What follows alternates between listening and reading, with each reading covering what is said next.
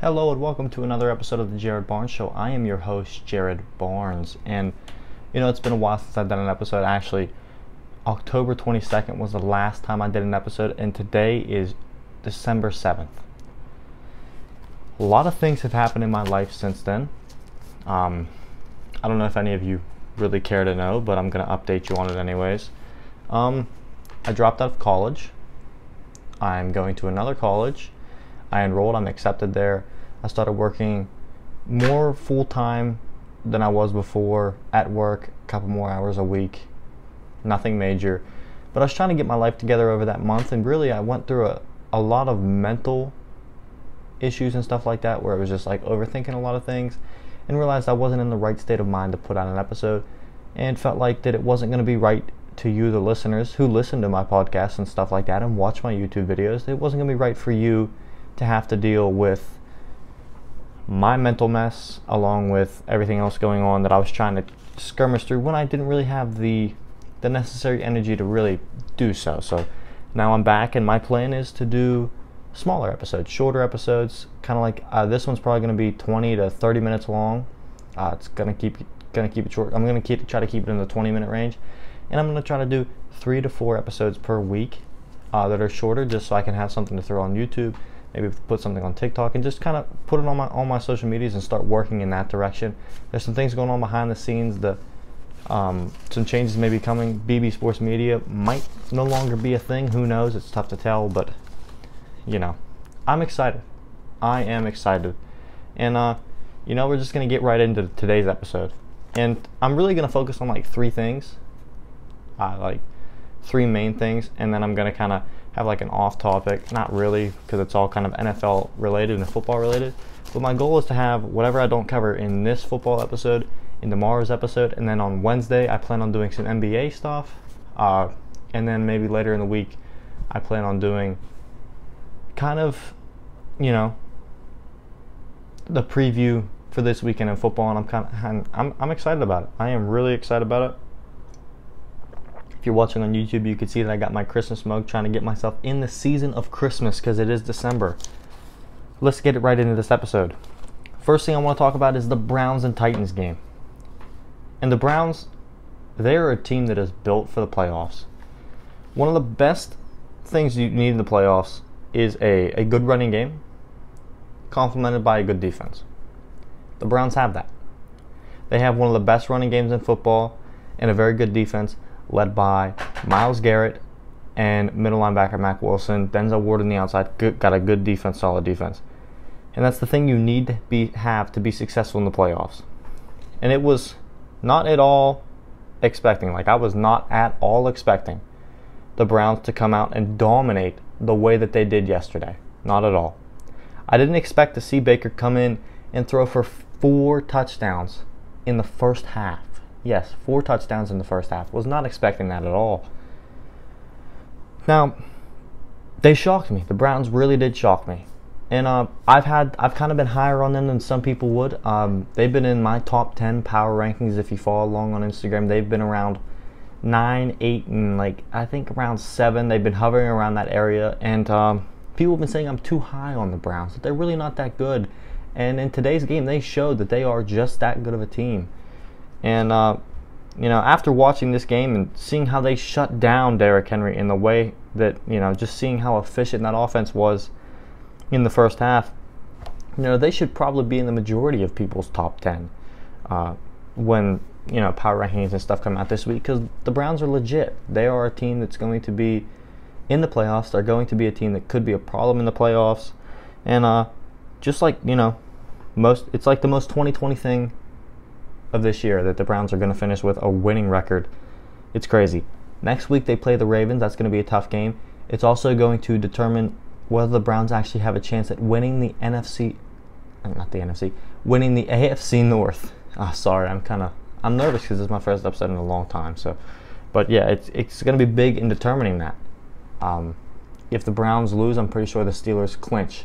If the Browns win, they still have a chance to win the AFC North. I don't think they're going to do it. I think it is the Steelers' year to win the AFC North. Who knows, though, Now, for the other team in that game, the Tennessee Titans. And coming into this game, The talk of the week was how good Derrick Henry, is in the month of December. And trust me, he is great in the month of December. Before this game, he played in 23 games after week 12. And he ran for 25 touchdowns. In weeks 1 through 11 through his entire career, he ran for 23 touchdowns. Now, everyone was riding high on how Derrick Henry was going to perform great in this game. But he didn't. He got shut down, and he ran for 60 yards. He fumbled once and got stopped on a 4th and 1, and both of those turnovers led to touchdowns for the Browns. 14 points off of those 2 turnovers right there. And, yeah. Henry didn't look like himself. Not at all. The Titans, as a team in general, didn't look like the Titans we're used to seeing. And Henry is the engine that makes that Titans offense run. And if they don't have him to lean on, normally in the passing game they lean on A.J. Brown. And he got dinged up and was not himself either. And the good thing for the Titans that came out of this game was they saw that Corey Davis is a guy they can depend on. Corey Davis is a good wide receiver. They need to keep Corey Davis around. He's in his 4th year. This was like the biggest game he's had in his career. This is a good thing for Corey Davis. Sorry, my sister's cat is running around like a maniac. I am in my dining room in my house because I'm not staying in my room anymore. It's family issues, but you get it. But Corey Davis is a guy you can lean on. He played like a monster, and that's a good thing for the Titans to know going forward. That means that Ryan Tannehill now knows that he has 2 wide receivers that he can lean on, and they're a team that doesn't quit, and I like that about them. Next week they play the Packers in a huge matchup, just a huge matchup, because those are 2 very good teams, 2 good playoff teams, 2 teams with good offenses that can move the football. I expect Henry to return to form in this game for sure. In other news in the NFL after Sunday, the big question is, what should the Eagles do now? Hurts was replaced by Wentz on Sunday after the Eagles were struggling to get anything going at all offensively. And immediately upon Jalen Hurts coming into the game, the Eagles drove the ball downfield, and Hurts had an absolute beautiful touchdown pass on 4th and 18. Soon after that, Jalen Reagor returned a punt for a touchdown, and the Eagles had life. Now, on that punt return, I do have one thing to say. J.K. Scott, why didn't you attempt to even make the tackle? You could have. You really could have. Jump at the guy. Do something. You are a football player. I understand. You're a punter. You're a kicker. Your job is not to tackle people. But come on, just throw yourself at the guy. Who knows? You could have at least knocked him out of bounds. I mean, you still won. Good for you. But jeez, man. 2 times this has happened now where you could have just thrown yourself at the guy and probably had a tackle. But nope. You let him score. In the Jaguars game, you did the same thing. And now in the Eagles game, you did the same thing. And the funny part was, in my mind, I saw Reagor fumble it the second he attempted to catch it. And I said, oh, here comes a Lambeau miracle. I said that to myself. And then he immediately took it to the house. And I was dying laughing at myself because I thought it was so funny that I kind of called that. And it was just, it was just funny.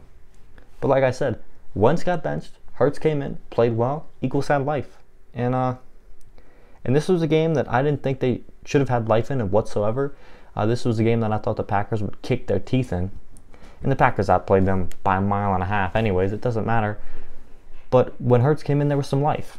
And the question now is, who should start for the Eagles? Is it Carson Wentz? Is Carson Wentz going to remain the starter? Or is it going to be Jalen Hurts?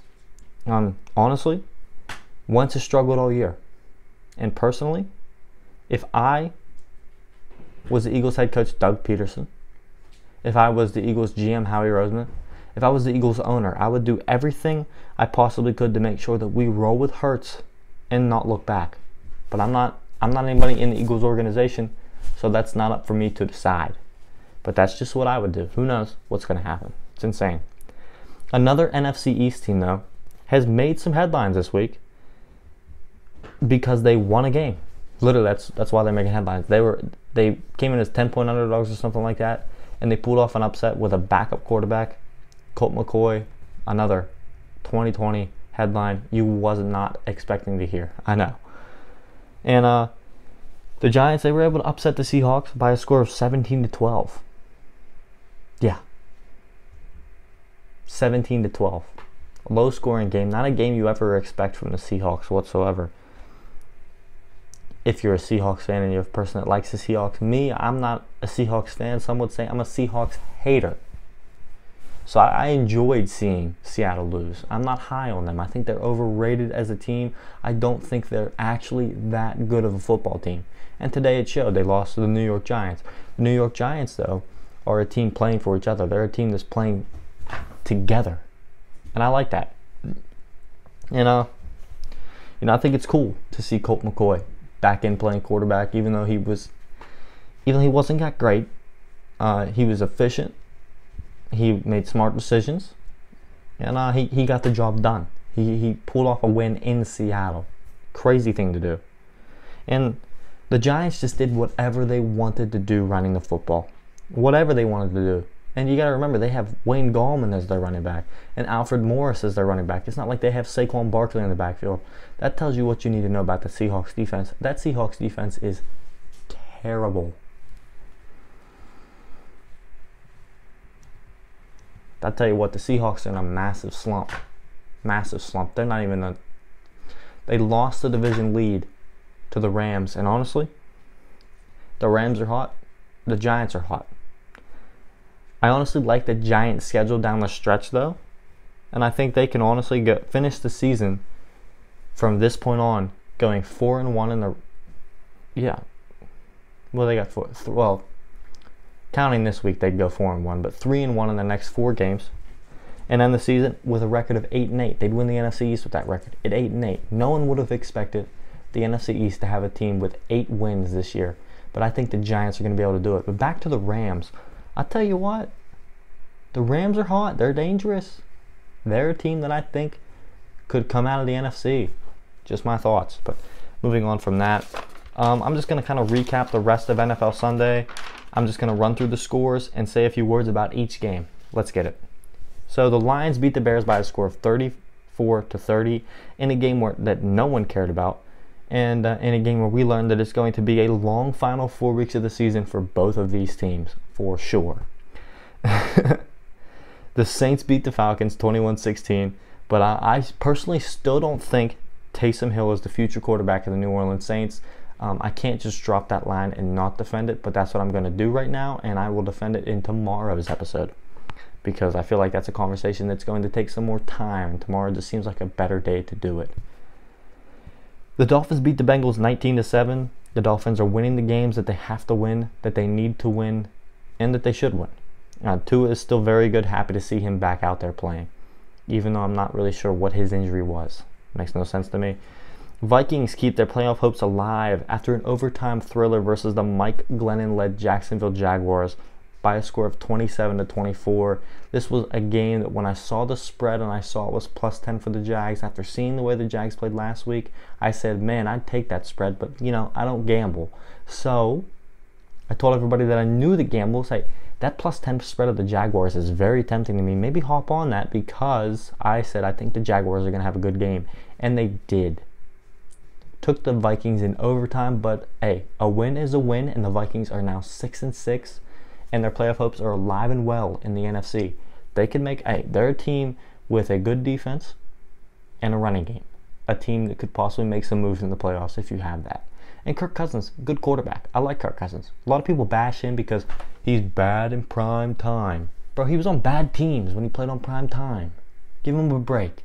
He played for the Washington football team, formerly the Washington Redskins. I don't care. If that offends you, I apologize. What do you want me to say? Had to say it because when he was there, it wasn't the Washington football team. It was the Washington Redskins. And, he was on bad football teams there. You can't say that he wasn't. And you look at his numbers in those primetime games, Kirk was actually a good quarterback. Give me a break. Anybody that says Kirk Cousins is a bad quarterback doesn't watch enough football, in my opinion. Because there are some bad quarterbacks out there.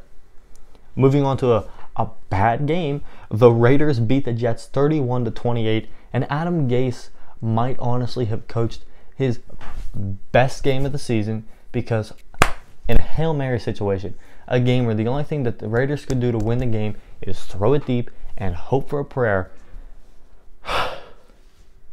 the Jets ran a spy on Derek Carr. Brought a bunch of guys and only ran man coverage versus the wide receivers.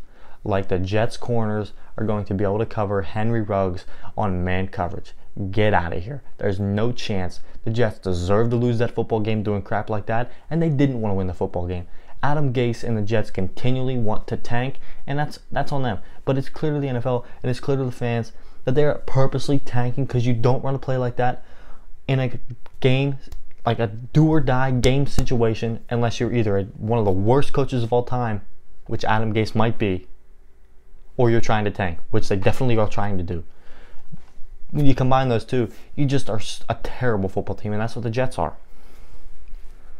Adam Gase, with the move that he ran to continue to make sure the team loses, should win Coach of the Year. Let's be honest. And like I said earlier, the Rams might be a threat in the NFC. They beat the Cardinals 38-28. Jared Goff looked good, but Jared Goff is one of those quarterbacks that if you don't pressure him, he's going to tear your team apart. The Colts beat the Texans 26-20. You know, the only thing I have to say about this game is, someone please help Deshaun Watson. Please. Like, my goodness. I feel for the guy. He does not deserve to get beat around the way he's been beat around. Protect him at all costs, because we need guys like him in the NFL. Not only is he a good quarterback, he is a great human being. We need people like that in the NFL. So, Houston, please get him some offensive linemen so we don't see him do the Andrew Luck thing where he retires because the injuries have pushed him away from the game of football and made him hate the game he loves. Just get him some help. The Patriots.